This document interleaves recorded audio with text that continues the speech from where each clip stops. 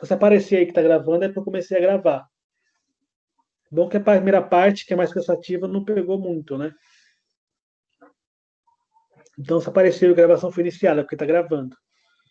Então, continuo voltando aqui, né? Alavancagem financeira, proporção do endividamento em relação ao capital próprio. Uma empresa, por exemplo, com recursos dos sócios, em proporção muito maior do que as dívidas com terceiros, é considerada de baixa alavancagem. Tá? A gente vai ver ele com mais detalhes, não só essa parte desses dois episódios, como também lá na frente, episódios posteriores. Vai ter mais detalhes aí falando da alavancagem. Existe uma grande dificuldade das empresas aí no Brasil de aumentar o ROI, né, ou seja, conciliar aí a elevação da margem de lucro, ganhar mais por cada produto vendido, que levaria a um aumento dos preços, né, com um giro do ativo maior, ou seja, vender e receber com prazos menores, né? Porque as coisas são meio que inversas, né? Você quer vender, ganhar mais para o produto, ou seja, aumentar o preço, e quer também receber mais rápido. Então, é difícil conciliar essas duas coisas. Então, pensando nisso, né? Se você fosse contratado aí, é uma coisa que também está lá no AVA, né? Para encontrar uma fórmula mágica para aumentar o ROI das empresas, né? Qual que talvez seria aí essa fórmula, né? Qual seria aí a sua ideia, talvez, aí para fazer isso? O que você pensou quando leu isso lá no AVA, né? E aí eu tenho aqui uma possível resposta, que também talvez não seja a única, mas uma fórmula mágica aí, que o que a gente já comentou agora há pouco, vender o produto mais caro, receber menor prazo. Isso seria uma solução para aumentar o ROI. Se atualmente a empresa parcela duas vezes, por exemplo, né, para diminuir o prazo, em 3 vezes, ela vai agora parcelar em duas, por exemplo, ou até vender à vista. Essa seria a fórmula mágica, mas você já sabe que isso não resolveria o problema. É uma solução que não resolve, resumindo, né? Porque o grande problema aí dessa fórmula é que ela utiliza medidas que costumam reduzir vendas, aumentar o preço do produto. Isso geralmente faz com que as vendas diminuam. Se o produto tinha um preço, ele aumentou, existe uma grande possibilidade de você procurar um similar, né? Então isso estimula vendas, né? Por que ele vai pagar mais caro por seu produto se ele pode comprar um outro mais barato, similar? Parcelar em um prazo menor também pode ser um problema aí para as vendas, né? Porque nem todo mundo vai ter aí a possibilidade de parcelar em prazos menores. Porque provavelmente parcelar em prazo menor é pagar um valor maior por parcela. E nem todo mundo vai ter essa condição e provavelmente vai diminuir as vendas, tá? Então, na verdade, a solução é má, a fórmula mágica não resolve nada no final. Então, a ideia é que a gente estudar o ROI, que envolve esses três caras.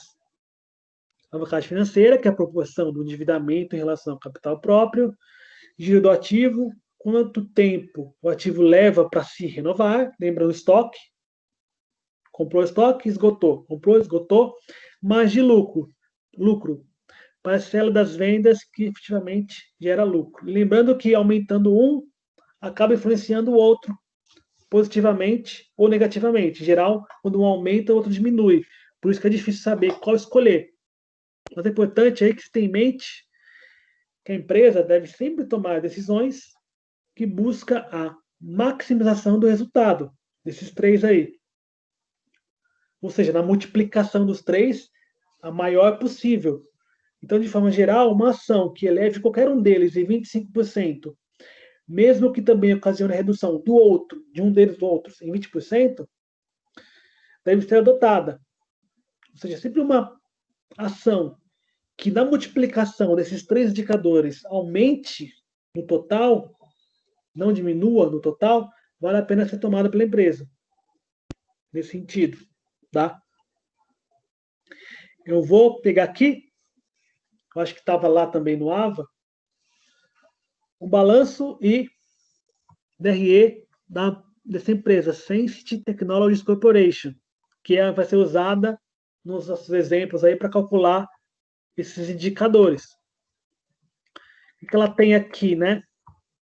Então, eu tenho o balanço patrimonial, aqui no caso o ativo está em cima, o passivo, o patrimônio líquido está embaixo, né? Tanto do ano 2009 e 2010. Tem uma coluna aí de variação do ativo, tabela 1.2. Tabela 1.3 da mesma empresa tem a demonstração do resultado do exercício, vendas líquidas até o lucro, né? E a ideia é pegar esses indicadores e calcular esses indicadores usando esses dois demonstrativos, tá? Essa é a ideia, até para explicar melhor cada indicador. ROI, que é o retorno sobre patrimônio líquido. Fórmula dele: lucro líquido pelo patrimônio líquido, tá? Se a gente olhar aí, né, no balanço da empresa, no caso do nosso exemplo poderia ser também, existe a estruturação do capital, ou seja, o lado direito, como o capital está distribuído. Sendo que, como eu já falei, o patrimônio líquido é o valor do capital próprio que uma empresa possui. Tem o capital terceiros, passivo, o capital próprio, o patrimônio líquido. Logo, o ROI, olhando só para essa fórmula, né, mede o quanto uma empresa gera de valor a partir dos seus próprios recursos ou dos recursos dos acionistas. Tá? Então, ela está medindo aí quanto de lucro é gerado, de certa forma, por recursos próprios. Tá? Olhando lá para o nosso exemplo, né, da Sensity lá em 2010, por exemplo, então lucro líquido e patrimônio líquido. Você voltar ali, ó, lucro líquido 2010, patrimônio líquido 2010. Então voltando aqui, ó, para lá, eu tenho 107 milhões, acho que é milhões, de 1983,8. Isso dá um valor de 10,9%. Então é como se da parte do lucro líquido, 10,9% vinha aí de recursos aí próprios, tá? E a outra parte, para completar 100%, vem de recursos de terceiros. Existe aí uma outra forma de olhar o ROI, que é aquela multiplicação que a gente viu no começo dessa segunda parte da aula, que é a seguinte, né? Então o ROI, ele é margem de lucro, que é lucro líquido dividido pelas vendas, é o giro do ativo, que é as vendas dividido por todos os ativos que a empresa tem, total do balanço lá, vezes ativo dividido por patrimônio líquido. Se eu faço essa conta, ela tem que dar o mesmo valor da primeira fórmula aqui. Elas são equivalentes. Na verdade, se você olhar, ó, as vendas ela está no denominador e numerador. E o ativo também, ó, numerador e denominador. Se você cancela aqui, pensa como se fosse número, né? Se eu corto ativo com ativo, vendas com vendas, eu volto na fórmula, ó, lucro líquido sobre patrimônio líquido. Então é só uma manipulação aqui, só que as fórmulas são equivalentes, né? E eu posso olhar então o retorno sobre o patrimônio líquido nessas duas óticas, ou olhando só em relação ao lucro líquido, ou olhando nessa combinação de indicadores. Tá? Lógico, o último aqui é, se a gente falar, né, ativo sobre patrimônio líquido é a alavancagem financeira. Tá? Que poderia ser também o passivo no lugar do ativo, em valores, né, monetários. Então, essa conta, se eu fazer essa conta do ROI, tem que dar o mesmo 10,9%. Então, se você, eu não vou voltar lá, mas depois você pode ver, pausar o vídeo e marcar. Tá aí, ó.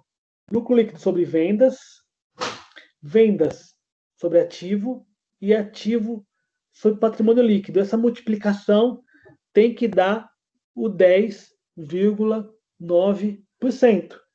Tá?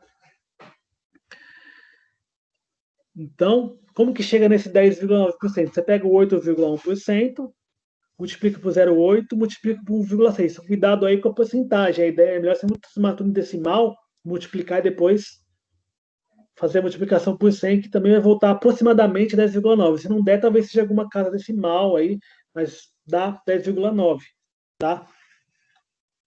Quer dizer que as fórmulas aí são equivalentes, a menos da divisão aí, que pode perder alguma casa decimal,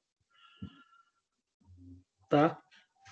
Vou pegar aqui, acho que também está lá no AVA, uma tabela aí que apresenta o ROI aí de 3 e os três componentes para algumas empresas aí de ramos aí de negócios diversos, né? Se a gente olhar, essas empresas são semelhantes, você vê que não varia muito, né? Varia no máximo aí de 21,7 até um mínimo de 10, a variação no máximo é de 10%. No caso, 21,7 HP, né? E essa JP Morgan que tem 10,3%. Já quando você olha para a margem de lucro, né, a diferença já é bastante alta. Um tem 1,4, no caso é a cadeia de mercado Safeway, e a Google aí, por exemplo, tem 29% de margem de lucro. Uma coisa que você pode observar é que, conforme está aumentando, se você tem a margem de lucro alta, você tem o giro de ativo baixo. Eles são inversamente proporcionais. Se você, ou seja, conforme você, aquilo que eu tinha falado antes, conforme você mexe nos indicadores, tomando ações na empresa, o outro um aumenta e o outro diminui. Não exatamente na mesma proporção, mas eles são aproximadamente e inversamente proporcionais, tá? E para entender aí como as decisões administrativas e o ambiente competitivo de uma empresa se combinam e afetam o ROI, a gente vai olhar com cuidado cada uma dessas alavancas aí, né, que o autor chamou no livro, do desempenho financeiro. E depois a gente vai ver um pouquinho sobre análise de índices, né, aqueles índices que você já deve ter visto lá nos outros cursos, né, de análise de emoções financeiras, índice de liquidez, índice de endividamento, etc. E aplicado nesse sentido agora de finanças, né?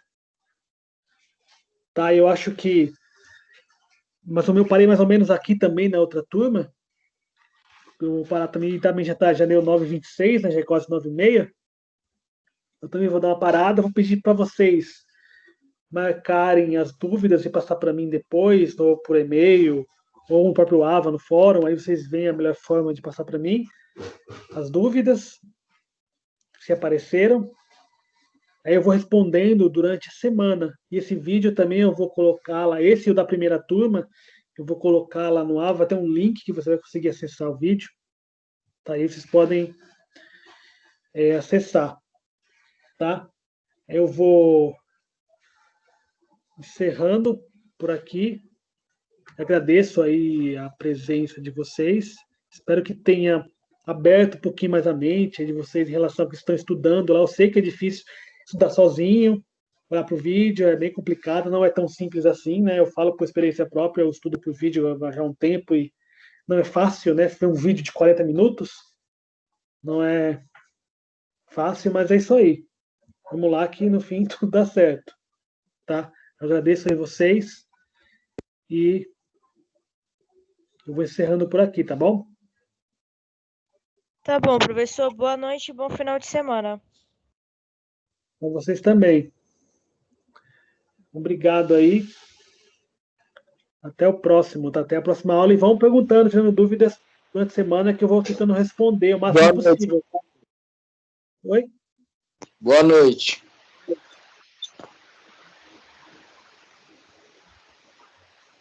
Então, vou parar aqui a gravação. Parei. Ainda não?